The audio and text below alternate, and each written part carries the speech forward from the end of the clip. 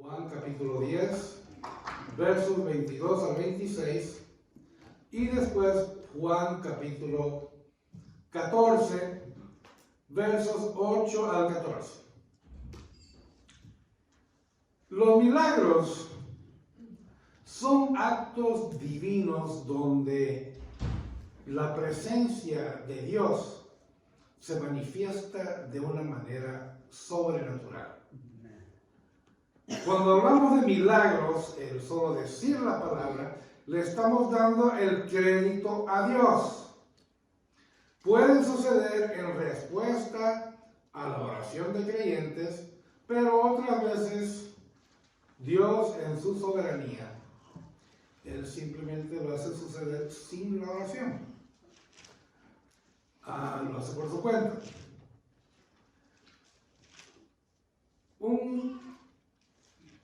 Una ilustración.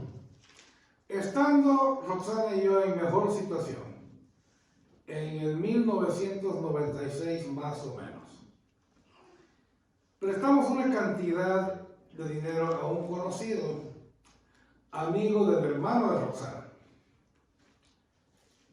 Después de años de no pagar, lo demandamos por ahí por el 2005 y ganamos. Escuchen, a pesar de él haber declarado bancarrota y la corte haberle perdonado todas sus otras deudas, el juez no le perdonó lo que nos debía a nosotros. Ahora, sabiendo que no iba a pagar, porque una cosa es que la corte diga que tiene que pagar y la otra es de que lo haga, ¿ya? Entonces, sabiendo eso, hablamos con una agencia de cobros. Y el acuerdo era que si ellos recobraban algo, nos darían el 70% de lo recobrado, quedándose ellos con el 30%. Pasaron los años otra vez. Y hasta dejé de llamar a la agencia de cobros para ver si había algún progreso en el asunto. La situación cambió. Y estábamos en una situación en que no había ni para pagar la renta. Sería más o menos el 2009 o 2010, que fue cuando empecé a trabajar con Walmart de noche, porque lo que hacíamos regularmente no estaba rindiendo. Pero un día en la calle, Roxana se encuentra con esta persona, quien usando sarcasmo la interpeló, diciéndole: Roxana, ¿ya está contento tu esposo con lo que me hicieron? Roxana paró la oreja, porque ella no sabía nada, ni yo. Pero él le contó muy enojado que al abrir una cuenta nueva de banco, la agencia de cobros, en cuestión de menos de un segundo, creo que lo hacen, le chupó, le succionó todo lo que nos debía a nosotros. ¿Ya? Hasta el último centavo. Y de eso sí, hacía ya más de 3 meses. Para que vean cómo son las agencias de cobros también, no nos habían comunicado. ¿Ya? Entonces los llamamos. Ellos se disculparon, que supuestamente nos habían estado tratando de contactar, etc. Y les dijimos que estábamos al tanto de cuánto fue al centavo lo que ellos recuperaron, que fue todo. ¿Y hacía cuánto? En 2 días recibimos el cheque por el 70%, que fue algo más de lo que necesitábamos para pagar las rentas.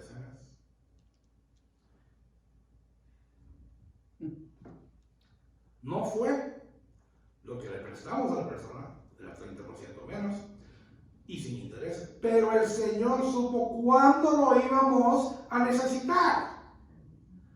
Ese es el milagro.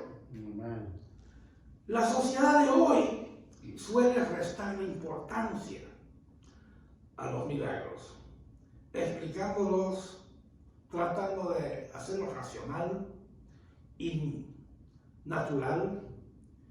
Yo podía haber dicho: tuve la astucia de tratar con una agencia de cobros. Eso sería negar la posibilidad de los milagros, lo cual es negar el poder y el carácter de Dios, porque para Dios nada hay que sea imposible. Los milagros de Jesús, narrados en los evangelios, eran y son reales. Jesús y los discípulos dan testimonio de esa verdad. Con lo cual viene la primera pregunta: ¿son reales los milagros de Jesús? Y el tema de hoy es que los milagros son actos divinos que señalan a Jesús y lo glorifican. Entonces, nosotros oremos regularmente rogando al Padre Celestial que nos abra el entendimiento para comprender que los milagros dan testimonio de que Jesús es el Mesías, el Salvador esperado. Ahora vamos a Juan capítulo 10, versos 22 al 26. Y leamos. Dice: celebrábase en Jerusalén la fiesta de la dedicación. Era invierno y Jesús andaba en el templo por el pórtico de Salomón. Y le rodearon los judíos y le dijeron: ¿hasta cuándo nos turbarás el alma? Si tú eres el Cristo, dínoslo abiertamente. Jesús les respondió: os lo he dicho y no creéis. Las obras que yo hago en nombre de mi Padre, ellas dan testimonio de mí. Así es.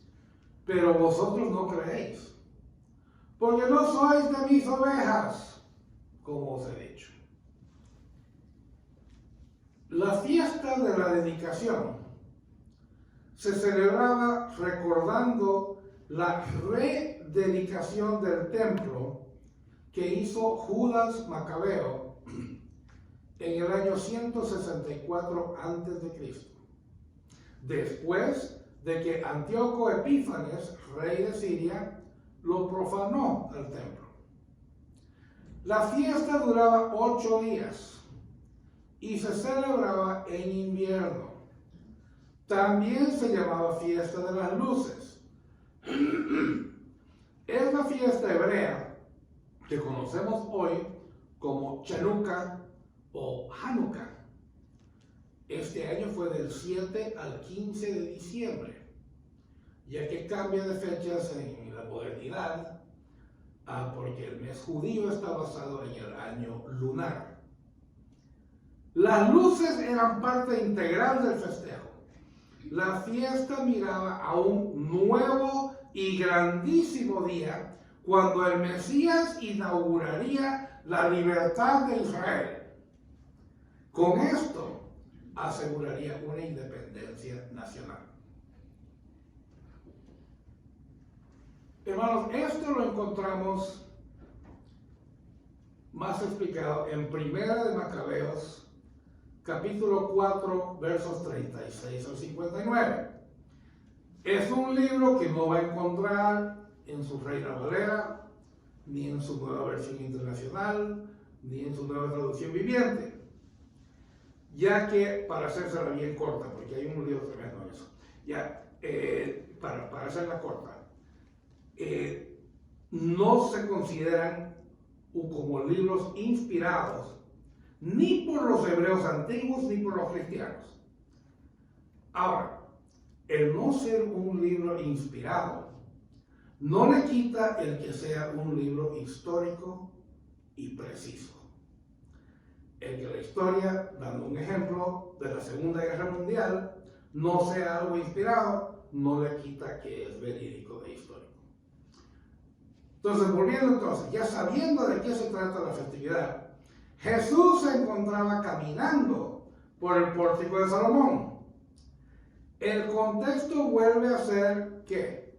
Una controversia entre Jesús y los dirigentes judíos. Así como en el capítulo 7, verso 1, o más adelante, en el capítulo 11, por ahí por el verso 53, cuando Jesús resucita a Lázaro, una controversia. En el capítulo 11 ya terminó con que querían matarlo a Jesús. ¿Ya? Entonces con esto le acosan para que se declare abiertamente como el Mesías y así poder hacer ¿qué? Matarlo. ¿Ya? En este momento un grupo de judíos lo rodeó para preguntarle: ¿hasta cuándo nos turbarás el alma? Si tú eres el Cristo, dínoslo abiertamente. Al parecer no habían entendido los milagros que Jesús realizó. Sus mentes estaban dañadas y bloqueadas. Esa es la palabra. Estaban preocupados porque esperaban un Mesías político que los liberaría de la ocupación romana. Ahora, Jesús no declaró públicamente ser el Cristo, el Mesías, aunque sí lo reconoció ante ¿quién? Ante la mujer samaritana en el capítulo 4 de Juan, y ante el ciego de nacimiento en el capítulo 9. Pero cualquiera que le observara de cerca veía los milagros realizados en nombre del Padre, así como sus referencias mesiánicas en el título de Hijo del Hombre, o cuando en el capítulo 8, verso 58, dijo: antes que Abraham fuese, yo soy.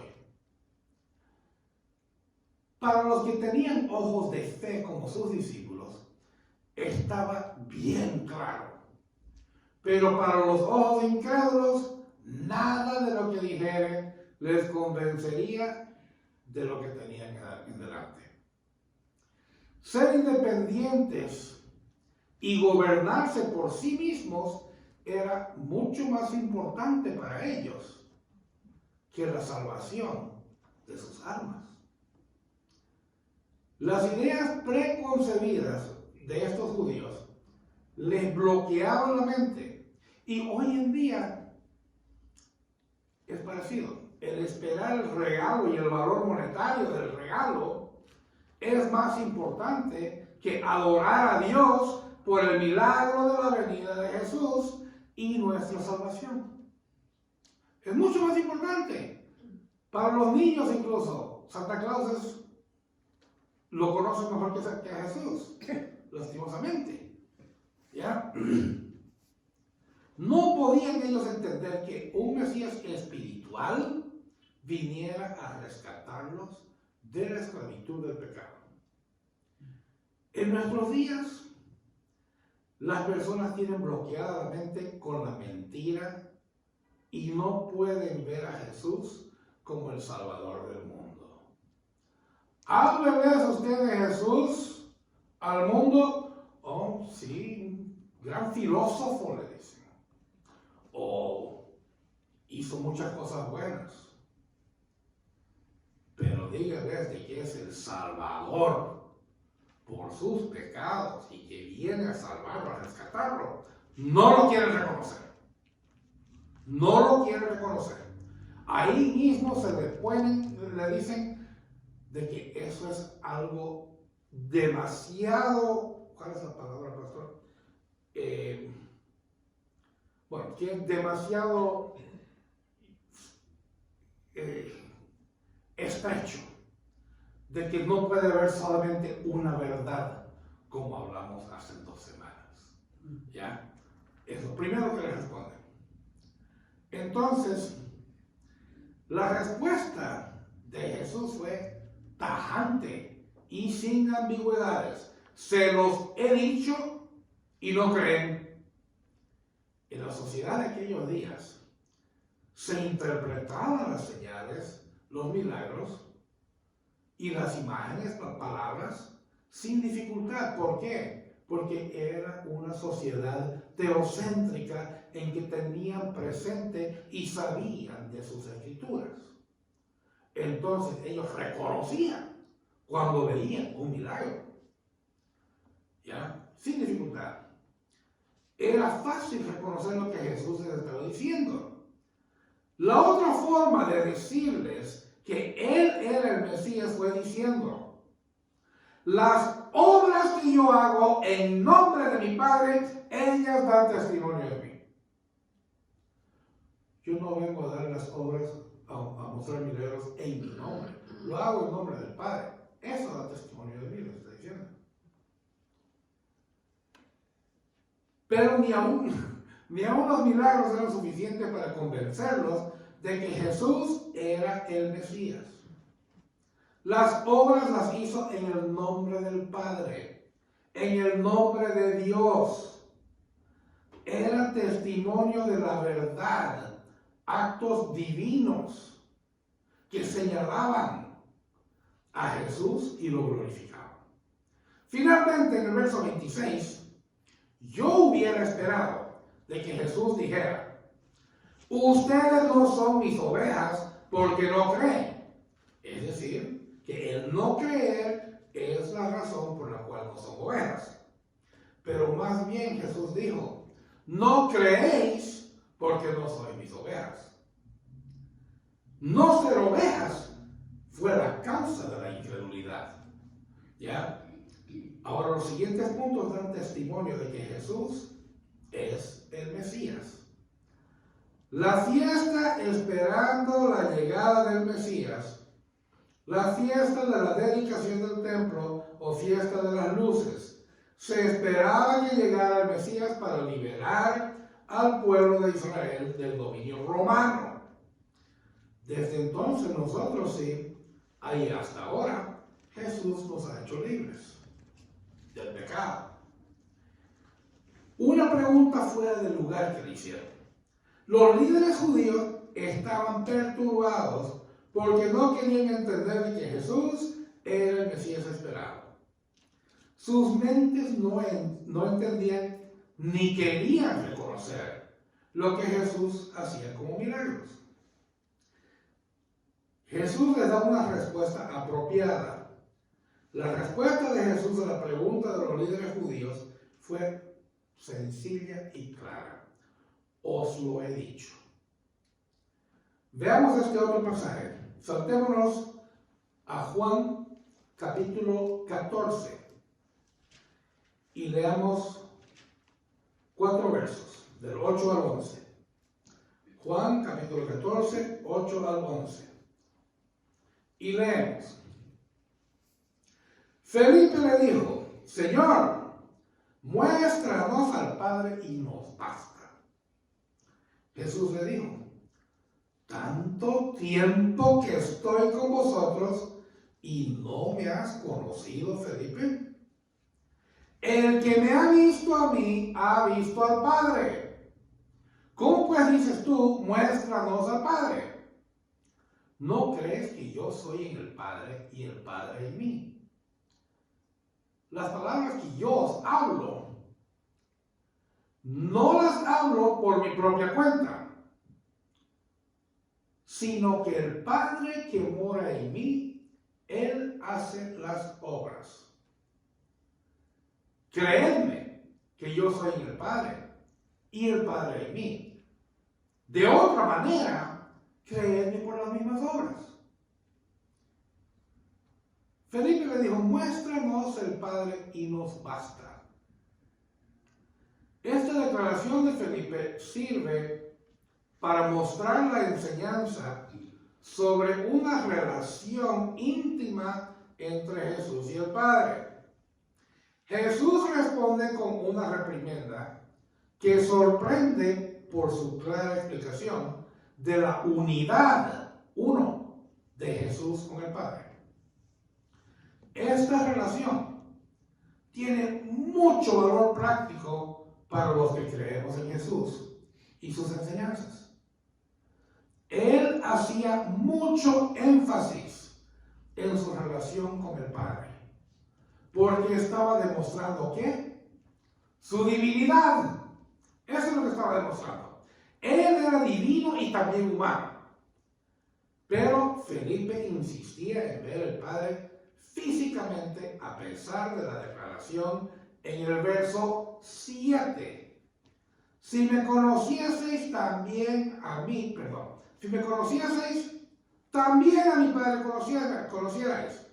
Y desde ahora le conocéis y le habéis visto, dijo en el verso 7. Después de haber caminado con Jesús durante 3 años, aún le faltaba una comprensión cabal de Jesús. Ver al Padre sería suficiente, decía, nos basta. Jesús le contestó a Felipe con 3 preguntas. La primera: tanto tiempo hace que estoy con ustedes y no me has conocido, Felipe. Jesús está poniendo la cosa en la perspectiva correcta. Jesús señaló dónde estaba el problema. El problema estaba en Felipe. Ya hacía suficiente tiempo que estaba conviviendo con Jesús para haberle conocido y entender que era el Hijo del Dios viviente. Así que Jesús, con mucha paciencia, les recuerda que quien ha visto a Él, ha visto al Padre. Y le hace una segunda pregunta. ¿Cómo pues dices tú? Muéstranos al Padre. Esta situación, ¿saben?, es muy similar a aquella persona que llega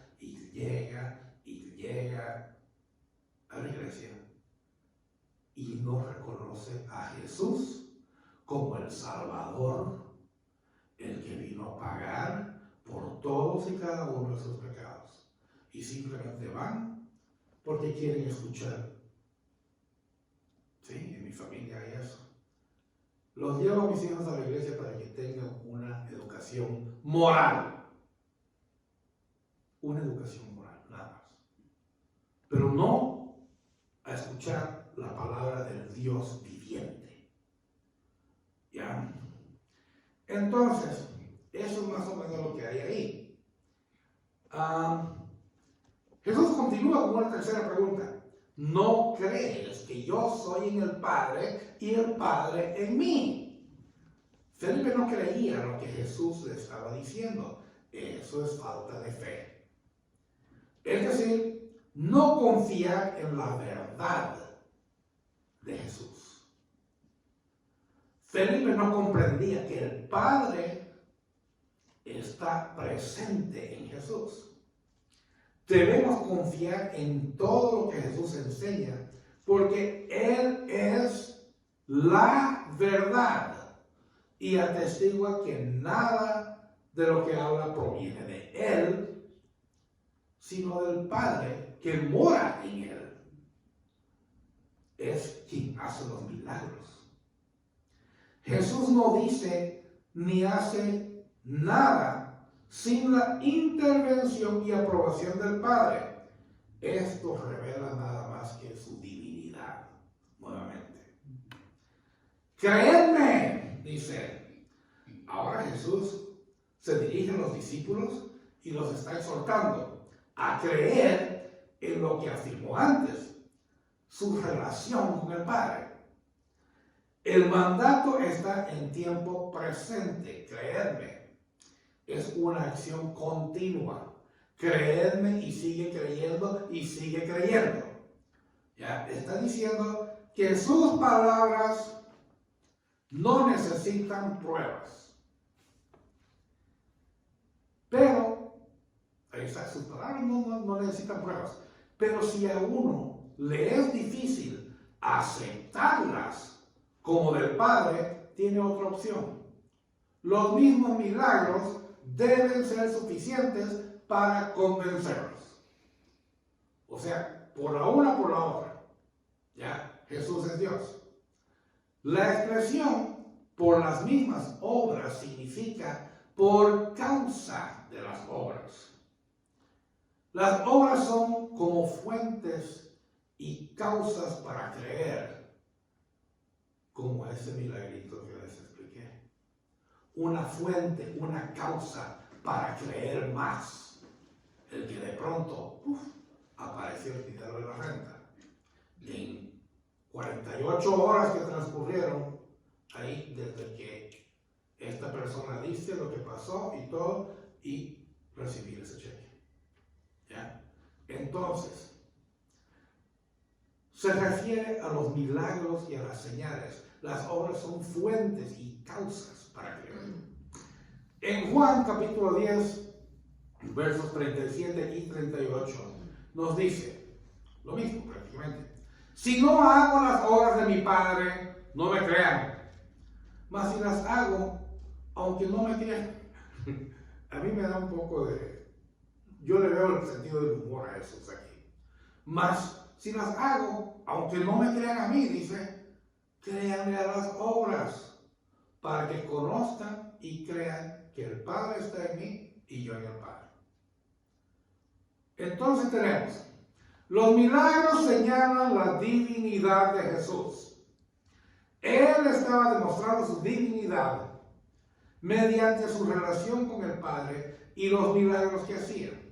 Jesús dijo, si me conocieseis, también a mi Padre conocerías. 2. Debemos creer lo que Jesús dice. Confiamos en Él porque todo lo que dice es verdad. No hay mentira ni engaño en ninguna de sus promesas. Él es el mismo ayer, hoy y siempre. Creamos en todo lo que Él dice y enseña. Esto demuestra nuestra obediencia.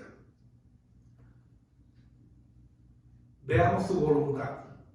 Es su voluntad de Él de que estas puertas vayan a estar abiertas.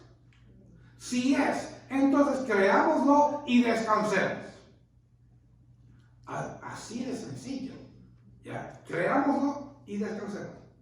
Él va a ver de que esas puertas estén abiertas. Siempre. Hasta que Él diga que se cierran. Entonces, los milagros son suficientes para creer en Él. Nos dijo, creedme y continúen creyéndome. Ustedes pueden depender de mí, dijo a sus discípulos, a nosotros. Cuando digo que el Padre y yo somos lo mismo, créanme. Ahora, hágase el análisis usted y llévese esto de tarea. ¿Por qué cree usted de que Jesús es divino? A pesar de tanto tiempo juntos, Felipe no creía que Jesús y el Padre fueran un mismo ser. Jesús finalmente les dice, creedme que yo soy en el Padre y el Padre en mí, el verso 11. Nos vamos ahora a los siguientes 3 versos, 12, 13 y 14. Juan capítulo 14, versos 12, 13 y 14. Dice, de cierto os digo. Nuevamente, como dijimos antes, esto es una forma de pedir atención. De cierto os digo, escúchenme. El que en mí cree, las obras que yo hago, él las hará también. Y aún mayores hará, porque yo voy al Padre. Y todo lo que pidiereis al Padre en mi nombre lo haré. Continúa. Para que el Padre sea glorificado en el Hijo. Si algo pidiereis en mi nombre, yo lo haré. Hay mucha gente que para este verso 13, y todo lo que pidieres al Padre en mi nombre, lo haré. Y ahí lo dejan. No. En primer lugar, tiene que ser en el nombre de Jesús. Algo que sea del carácter de Jesús. Lo haré. Pero también hay otro motivo. Para que el Padre sea glorificado en el Hijo. Señor, dame una casa con 17 habitaciones y 13 baños. ¿Cómo se está glorificando el Padre ahí, en el Hijo? Dándole a alguien más y más material. No. Entonces tiene que ser algo en que el Padre sea glorificado en el Hijo. Entonces Jesús especifica, ya no es creerme, sino cree en mí. Esto expresa confianza y compromiso personal con Jesucristo. El momento en que usted dice, creo en ti, Jesús, es un compromiso personal. ¿Ya? Es un matrimonio. Como cuando Roxana y yo nos casamos. ¿Ok? ¿Crees en mí? Vamos a estar juntos y ante Dios y por siempre. Hasta que Él nos separe, que sería por la muerte. Entonces, el verbo cree se refiere a una acción permanente, que es un estilo de vida permanente. Un estilo de vida similar al de Jesús es el compromiso que tenemos con Él. La segunda cláusula dice, las obras que yo hago, Él también las hará. Los pronombres yo y Él muestran un tono que transmite confianza nuevamente. Las hará también, eso ya es una promesa extraordinaria. Este verso planta tres preguntas importantes. Uno, ¿qué tiene que ver el que Jesús vaya al Padre con que nosotros hagamos obras mayores que las de Jesús? Dos, ¿cuáles son las obras que Jesús ha estado haciendo? Tres, ¿cómo puede haber obras mayores que las que ha hecho Jesús? Entonces, examinemos esto uno por uno, estas preguntas. ¿Qué tiene que ver que Jesús haya ido al Padre? Inmediatamente después del verso 14 que leímos, está la promesa de Jesús de enviar el Espíritu. En los versos 15 y 16. Dice, y parte del 17, si me amáis, obedeceréis lo que yo os mande. Y yo rogaré al Padre y os daré otro consolador, para que esté con ustedes para siempre, el Espíritu de verdad. Luego dice en el capítulo 16, verso 7, si no me voy, el consejero no vendrá a ustedes, pero si me voy, os lo enviaré. Entonces, la capacidad de los creyentes para hacer estas obras mayores es habilitada ¿por quién? Por el Espíritu Santo, que será derramado sobre todos los discípulos. La segunda pregunta era, ¿cuáles son las obras a las que Jesús se refiere? En el verso 12 dice, ¿qué obras? La palabra es hechos o logros de las obras de Dios.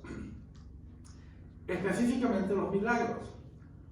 Por supuesto, obras podría referirse a cualquier cosa que Jesús hizo o logró. Pero el contexto inmediato para obras es el verso 11, donde Jesús desafía a sus discípulos a creer sobre la base de sus obras, sin nada más. La palabra aquí claramente se refiere a milagros. Las obras de Jesús pueden incluir más que sus milagros, pero los milagros nunca son excluidos. Tercera pregunta. ¿Cómo podríamos tener el descaro de creer que podemos hacer algo más grande que Jesucristo el Señor? Eso suena presuntuoso. Excepto que Jesús lo prometió.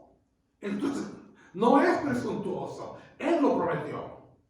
Mayor es el comparativo del el adjetivo que es grande, que excede un estándar que implica objetos relacionados.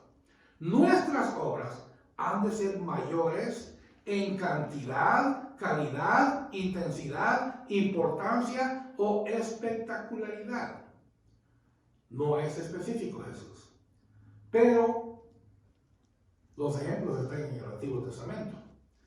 Tenemos el ejemplo de Eliseo, que recibió una doble porción del espíritu de Elías, en 2 de Reyes, capítulo 2, verso 9. Y parecía de que Eliseo hacía milagros mayores que los que había hecho Elías. Ciertamente, cuando el poder del Espíritu Santo descansa sobre millones de creyentes, juntos pueden hacer una mayor cantidad de milagros que un solo hombre. Al morir y resucitar Jesús, se inauguró, por decir, una era de claridad y poder. En Pentecostés, ¿qué pasó? 3,000 personas entran al reino en un solo día. Un discurso. 3,000 personas entran al reino ese mismo rato. La persecución, en el libro de Hechos, dispersó a los creyentes por todo el mundo conocido. Lo que dio lugar a ¿qué? A un crecimiento rápido de la iglesia en el primer siglo. Muchos en la iglesia hoy creen que este verso que leímos no es para ellos, que la era de los milagros ha pasado, pero no hay respaldo para creer de esa forma. Vemos los milagros cada día. Nuevamente, ¿cuántos estamos aquí? 10. ¿Y cuántos regularmente? A reventón 20. ¿Hay una comida gratis? Ok, 28. Pero esas puertas siguen abiertas. ¿Ya? Esas puertas siguen abiertas. Ahí están los milagros. Ahora, el que una persona diga, bueno, casualidad, bueno, déjenlo, que creo lo que quiera creer. Pero muchos creen de que ya caducó la era de los milagros. Siguen, están vigentes. Verso 13. Todo lo que pidieres al Padre en mi nombre sugiere hablar con Dios o con Jesús cuando Él ascienda a su presencia. Ya no se podría hablar cara a cara, pero Jesús continuaría activo cuando dijo, usando el verbo en futuro, lo haré, dijo. Esta es la primera promesa de Jesús. La petición u oración debe terminar expresando que es en el nombre de Jesús que hacemos nuestra petición. Él lo hará de acuerdo con la santa y divina voluntad del Padre. La segunda petición implica de que lo que pedimos debe ser que para que el Padre sea glorificado en el Hijo. Quiere decir de que podamos dar la honra y la gloria a Dios por el avance del reino y la oración contestada en el nombre de Jesús. En mi nombre. Esta frase aparece 7 veces en Juan, todas en estos discursos del capítulo 14 al 16. En el mundo antiguo, un nombre representaba toda la personalidad, a toda la persona. Orar en el nombre de Jesús es orar de acuerdo con todo lo que ese nombre representa. Así, orar en el nombre de Jesús es orar de acuerdo con su voluntad y su carácter. La oración hermanos, hermanas, ya sabemos, nunca tiene por objeto engatusar a Dios para que ceda a nuestros deseos y caprichos. La oración consiste en buscarlo a Él y su voluntad con la intención de que su voluntad se cumpla en nuestras vidas. Cuando creamos que conocemos la voluntad de Dios, presentémosla con valentía ante Dios, como hacían los santos de la Biblia. Encuentre usted la voluntad de Dios, como lo hizo la hermana Italia con su hijo, y ahí preséntele la petición al Señor, que ahí mi hijo conozca al Señor. Eso es presentar la voluntad del Señor con valentía. Sé cuál es tu voluntad, Señor, y entonces te pido que la hagas. Para que el Hijo dé gloria al Padre. Dios es glorificado cuando sus hijos empiezan a pedir al Padre proyectos del reino como el Hijo les está enseñando. Las oraciones egoístas no traen ninguna gloria, pero las oraciones en el nombre de Jesús, cuidando de estar de acuerdo con la voluntad de Dios, traen gloria al Padre. Parte del Padre nuestro es orar: venga a nosotros tu reino, hágase tu voluntad en la tierra como en el cielo. Verso 14. Si algo pidieres en mi nombre. Esta oración usa un sí condicional. Jesús repite esta oración añadiendo una condición a la oración. Lo que se pide en la misma tiene validez si se pide en el nombre de Jesús. Este requisito es muy importante porque enlaza e identifica nuestra mente, deseos y anhelos en nuestra relación con Jesús. El nombre es muy importante porque nos recuerda que hay una sola persona que puede perdonarnos y salvarnos de nuestros pecados. Uno solo. Él es nuestro Rey soberano, Redentor y Salvador. A mí a veces escucho a la juventud y oro por ellos. He escuchado muchos decir, Jesus is my homie. ¿Ha escuchado usted eso? Sí. Jesús es mi amiguito, mi gran amigo. Nada más. No lo reconoce como Salvador. Él es nuestro Rey soberano. Para los creyentes, el vivir solamente, el simple hecho de vivir, de levantarnos y dormir, echarnos a dormir, el vivir es Cristo. Uno, hay una gran diferencia entre lo que Jesús promete y lo que nosotros prometemos. Él cumple. Esa es simple la diferencia, de que Él cumple, nosotros no. ¿Ya? Él cumple si hacemos lo que nos manda. Por eso dice, cree en mí. Jesús continúa obrando por medio de cada uno de nosotros. Proclamemos las buenas nuevas, como dijo la hermana María Guijarro hace poco. Proclamemos las nuevas de salvación, donde quiera que estemos, a tiempo y fuera de tiempo. Estamos siempre listos para dar testimonio de nuestra transformación espiritual. Oremos en su nombre. Podemos hablar con Dios, el Padre, el Hijo y el Espíritu Santo. Eso es oración. Dios está disponible para hablar con nosotros en cualquier momento. No hay que hacer cita. Ya entonces, ¿está usted convencido de que cree y confía en Jesús? Y más importante, ¿cree usted de que Dios puede hacer milagros a través de usted? estudie esta semana un milagro de Jesús, cualquiera, ¿ya? Para confirmar que Jesús es divino. Y explique usted en qué se basa para su declaración.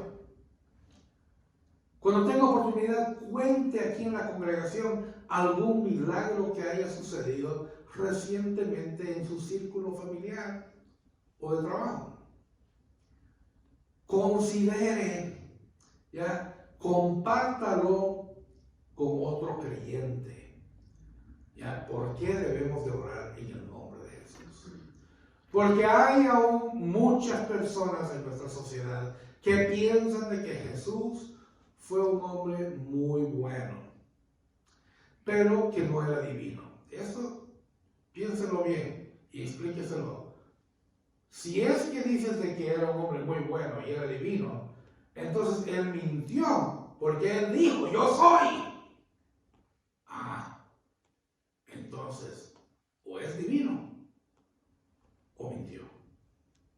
Pero no puede ser un hombre bueno diciendo y mintiendo que es Dios. Entonces, y él cumplió todos los requisitos para mostrar que él es Dios. Esa gente niega toda la autenticidad de los testimonios de millones de personas. No creen en la inspiración divina de la Biblia y por esto no aceptan lo que dice. Para nosotros los cristianos, los descubrimientos arqueológicos, la veracidad de los acontecimientos históricos y el testimonio de los testigos prueban la autenticidad de la Biblia. Creemos en un Dios real, verdadero, que envió a su Hijo unigénito y ahora vive en el corazón de millones de cristianos. Oremos entonces, hermanos, pidiéndole al Señor que nos guíe a entender de que los milagros son para señalar el poder y la divinidad de Jesús, nuestro Rey. Pastor.